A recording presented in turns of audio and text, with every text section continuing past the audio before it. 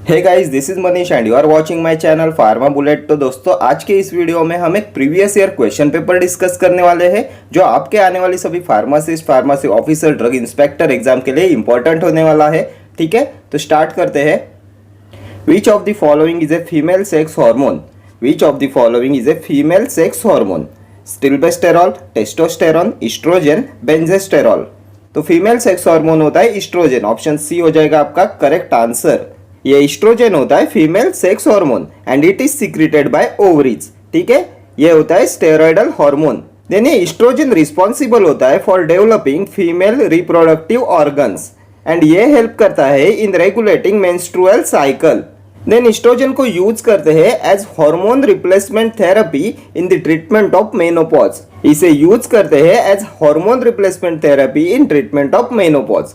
ठीक है, देन ये टेस्टोस्टेरॉन होता है male sex hormone and it is secreted by Leydig cell in the testis. ठीक है, एंड ये टेस्टोस्टेरॉन होता है derivative of androstane. Next question, chloroquine is a four aminoquinoline, acridine, biguanide, pyrimidine. तो क्या होता है क्लोरोक्विन? तो ये क्लोरोक्विन होता है 4-अमाइनोक्विनोलिन। ऑप्शन ए हो जाएगा आपका correct answer. Four aminoquinoline is chloroquine. Chloroquine is an anti-malaria drug which belongs to the class of four aminoquinoline. And एक होता है 8-अमाइनोक्विनोलिन, ये होता है प्राइमाक्विन। एंड एक क्लोरोक्विन होता है anti malarial drug of choice in pregnancy. ठीक है, and if chloroquine is given in G6PD deficiency it leads to severe bleeding. ठीक है, लास्ट ईयर एग्जाम में पूछा हुआ क्वेश्चन है। If chloroquine is given in G6PD deficiency it leads to severe bleeding. Then biguanides होते हैं oral anti diabetic drug. Hypoglycaemic drug के classification में आते हैं बाइग्वानाइड्स एंड बाइग्वानाइड्स क्लास में आता है फेनफॉर्मिन एंड मेटफॉर्मिन, जिसमें से ये फेनफॉर्मिन कॉज कराता है लैक्टिक एसिडोसिस। ठीक है, next question, a naturally occurring carminative is asafoetida, ashoka, arjuna और अगार। तो कौन सा होता है नेचुरली अकरिंग कार्मिनेटिव? तो ये होता है asafoetida. Option A will be your correct answer. And ये असाफोटिडा होता है ओलियोगम रेजिन। इसका सिनोनिम होता है डेविल्स डंग। इसका बायोलॉजिकल सोर्स होता है फेरुला फोटिडा एंड इसकी फैमिली होती है अम्बेलिफेरी। ठीक है, एंड ये होता है carminative, flavouring agent and nerve tonic. ठीक है, देन ये अशोका आता है टैनिन्स में। इसकी फैमिली होती है लेग्यूमिनोसी एंड इसे यूज करते हैं as a uterine tonic. Then ये अर्जुना भी आता है टैनिन्स में। इसका बायोलॉजिकल सोर्स होता है टर्मिनालिया अर्जुना। इसकी फैमिली होती है कॉम्ब्रेटेसी एंड ये होता है अर्जुना होता है कार्डियोटॉनिक। ठीक है, देन ये अगार होता है emulsifying agent and bulk laxative and इसकी फैमिली होती है रोडोफाइसी। ठीक है, next question, the meaning of Latin term RX? Take thou, when necessary, send or write. तो ये RX होता है टेक दो। ऑप्शन ए हो जाएगा आपका करेक्ट आंसर। ये होता है superscription, instruction to the pharmacist होता है RX take thou, take the following. ठीक है, व्हेन नेसेसरी होता है सी ऑपोजिट, SOS होता है व्हेन नेसेसरी। ये सेंड होता है मिट्टे एंड राइट होता है सिग्ना। ठीक है, ये लैटिन टर्म्स भी आपके एग्जामिनेशन पॉइंट ऑफ व्यू से मोस्ट इंपॉर्टेंट है। Then repeatedly ask Latin terms में आते हैं at bed times. At bed times होता है होरा सोमनी। HS होता है एट बेड टाइम। BID होता है bis in die 2 times a day. TID होता है ter in die 3 times a day. Then QID होता है 4 टाइम्स ए डे। ठीक है, देन सुमेंडस होता है टू बी टेकन। ये भी बहुत बार एग्जाम में पूछा हुआ लैटिन टर्म है। Sumendus is to be taken. Then what is alternis horis? ये होता है एवरी 2 आवर्स। ठीक है, देन और एक टर्म बहुत बार पूछा जाता है ओमनी होरा, OH, एवरी आवर। ठीक है, next question, Pharmacokinetics is the study of biological and therapeutic effects of the drug, the study of absorption, distribution, metabolism and excretion of drugs, the study of mechanism of drug action, the study of methods of new drug development. तो क्या होता है pharmacokinetics? तो pharmacokinetics होता है study of absorption, distribution, metabolism and excretion of drug. ADME होता है pharmacokinetics. Option B हो जाएगा आपका correct answer. Study of what the body does to the drug होता है फार्माकोकाइनेटिक्स। एंड एक आता है फार्माकोडायनेमिक्स। ये दोनों टर्म्स आपके एग्जामिनेशन पॉइंट ऑफ व्यू से इंपॉर्टेंट है। फार्माकोकाइनेटिक्स होता है study of what the body does to the drug and pharmacodynamics होता है what the drug does to the body. ये study of mechanisms of drug action आता है फार्माकोडायनेमिक्स में, ठीक है। ये फार्माकोडायनेमिक्स होता है interaction of drug with receptor. Mechanism of drug action आता है फार्माकोडायनेमिक्स में, ठीक है। एंड स्टडी ऑफ एडीएमई आता है फार्माकोकाइनेटिक्स में, ठीक है। Next question, a hydrophilic medicinal agent has the following property: low ability to penetrate through the cell membrane lipids, penetrate through membranes by means of endocytosis, easy permeation through the blood brain barrier, high reabsorption in renal tubules। तो इनमें से कौन सी होती है hydrophilic medicinal agent की property? तो hydrophilic medicinal agent has low ability to penetrate through cell membrane lipids. Option A will be your correct answer. Hydrophilic medicinal agents की होती है low ability to penetrate through the cell membrane lipids, ठीक है। Next question, what does the term bioavailability mean? Plasma protein binding degree of substance, permeability through blood brain barrier, fraction of an unchanged drug reaching the systemic circulation following any route of administration, amount of a substance in urine relative to the initial dose। तो क्या होता है bio availability? Most repeatedly asked question है ये bio availability, बहुत बार exam में पूछा जाता है एंड बहुत बार हमने डिस्कस किया हुआ क्वेश्चन है। तो बायो अवेलेबिलिटी होता है fraction of an unchanged drug reaching the systemic circulation. Option C हो जाएगा आपका correct answer. And bioavailability is maximum by IV route, ये होती है 100% बाय आईवी रूट, ठीक है। देन क्या आप में से कोई बता सकता है range of absolute bio availability? Absolute bio availability की रेंज क्या होती है? तो ये होती है 0 to 100। ये भी बहुत बार एग्जाम में पूछा जाता है, range of absolute bioavailability 0 to 100, ठीक है। Next question, which route of drug administration is most likely to lead to the first pass effect? Sublingual, oral, intravenous, intramuscular. Route of drug administration is most likely to lead to the first pass effect. तो ये होता है oral route. Option B हो जाएगा आपका correct answer. Oral route is most likely to lead to the first pass effect, ठीक है। Sublingual route से दिया जाता है इंसुलिन को, इंट्रावेनस रूट से दिया जाता है लार्ज वॉल्यूम पैरेंट्रल्स को। Large volume parenterals are administered by IV route and IV route से बायो अवेलेबिलिटी होती है 100%, मैक्सिमम होती है, ठीक है। देन इंट्रामस्कुलरली दिया जाता है ऑयली प्रिपरेशंस को। Next question, parenteral administration cannot be used with unconscious patients, generally results in a less accurate dosage than oral administration, usually produces a more rapid response than oral administration, is too slow for emergency use। तो parenteral administration usually produces a more rapid response than oral administration। Option C हो जाएगा आपका correct answer. parenteral administration produce करता है more rapid response than oral administration, ठीक है। Next question, the term biotransformation includes the following: accumulation of substances in a fat tissue, binding of substances with plasma proteins, accumulation of substances in a tissue, process of physiochemical and biochemical alteration in a drug in the body। तो क्या होता है biotransformation? तो biotransformation होता है process of physiochemical and biochemical alteration of a drug in the body. Option D will be your correct answer. ये biotransformation होता है process of physiochemical and biochemical alteration of a drug in the body, ठीक है।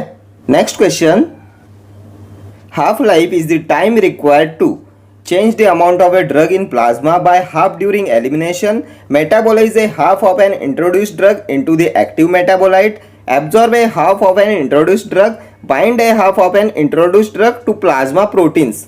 तो क्या होता है half life? तो ये भी आपके एग्जामिनेशन पॉइंट ऑफ व्यू से मोस्ट इंपॉर्टेंट है हाफ लाइफ। इस पे हर एग्जाम में क्वेश्चन आता है एंड हमने भी ये बहुत बार डिस्कस किया हुआ है। हाफ लाइफ होता है time required for the amount of drug in plasma to be reduced by 1/2। Change the amount of a drug in plasma by half during elimination होता है half life. Option A will be your correct answer, ठीक है। And biological half life of a drug is given by 0.693 by K. इसमें से एक के होता है एलिमिनेशन रेट कांस्टेंट, ठीक है।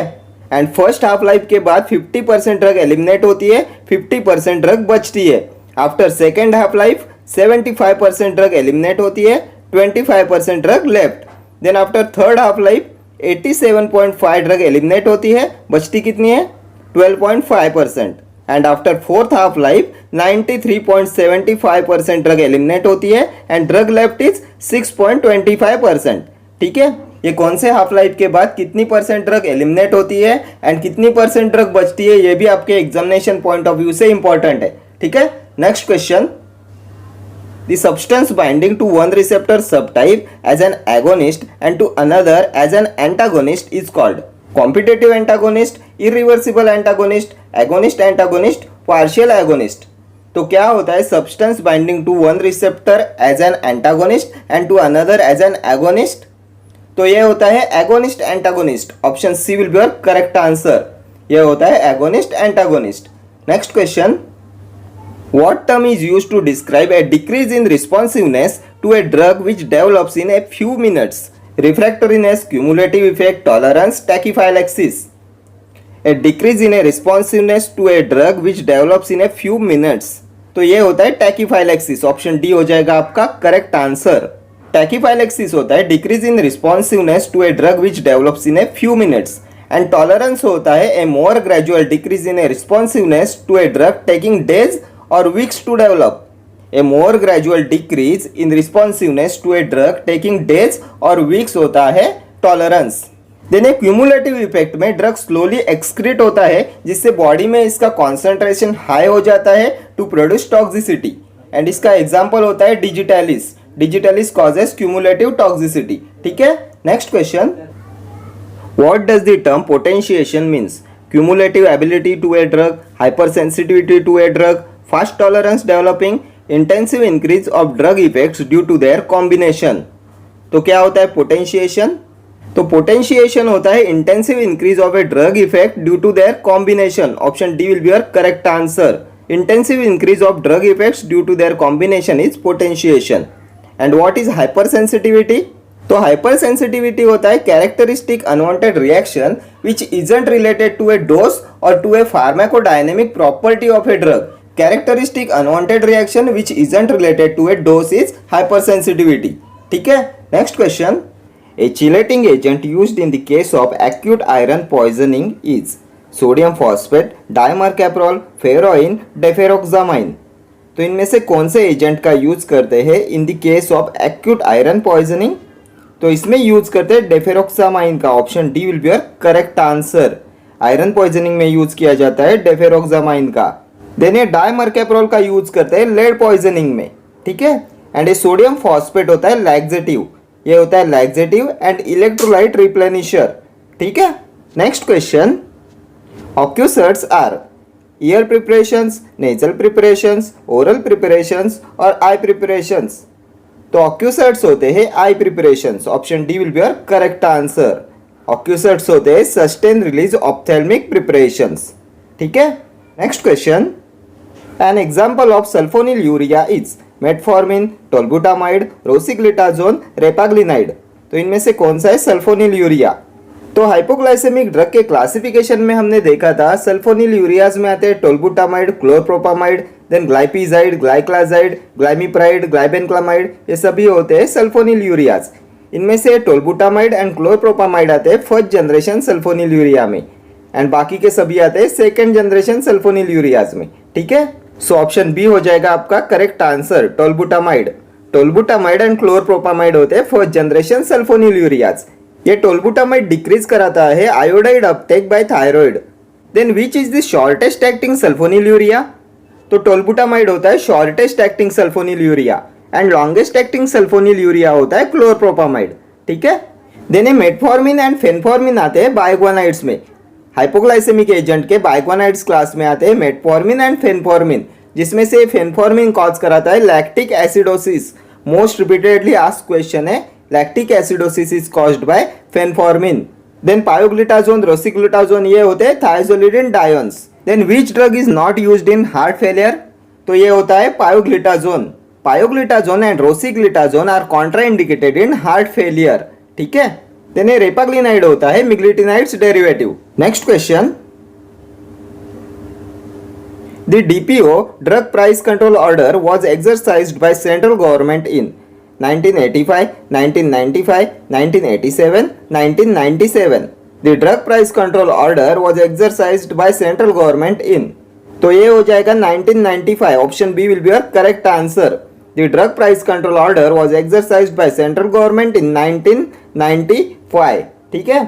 Then narcotic drug and psychotropic substances act was passed in the year 1985. NDPS Act was passed in the year 1985. Next question. A non-drug part added to formulation to aid dilution, stability maintaining, taste masking, etc. is known as preservative, active ingredient, additive, binding agent. तो इनमें से कौन सा होता है non drug part added to formulation to aid dilution, stability maintaining and taste masking? तो ये होता है option C, additive. Option C हो जाएगा आपका correct answer. Then binding agents होते हैं gelatin, tragacanth, acacia. Binding agent पे भी बहुत बार एग्जाम में क्वेश्चन पूछा जाता है. जिलेटिन, ट्रागाकांथ, एकेशिया आते हैं बाइंडिंग एजेंट्स में. ठीक है. Next question. The powerhouse of the cell is Golgi bodies, mitochondria, ribosomes, nucleus. तो किसे बोला जाता है powerhouse of the cell? तो ये होता है mitochondria. Option B will be your correct answer. ठीक है. Okay friends, thank you for watching this video. See you in the next video. Till then, do like, share, comment and subscribe to my channel. Thank you.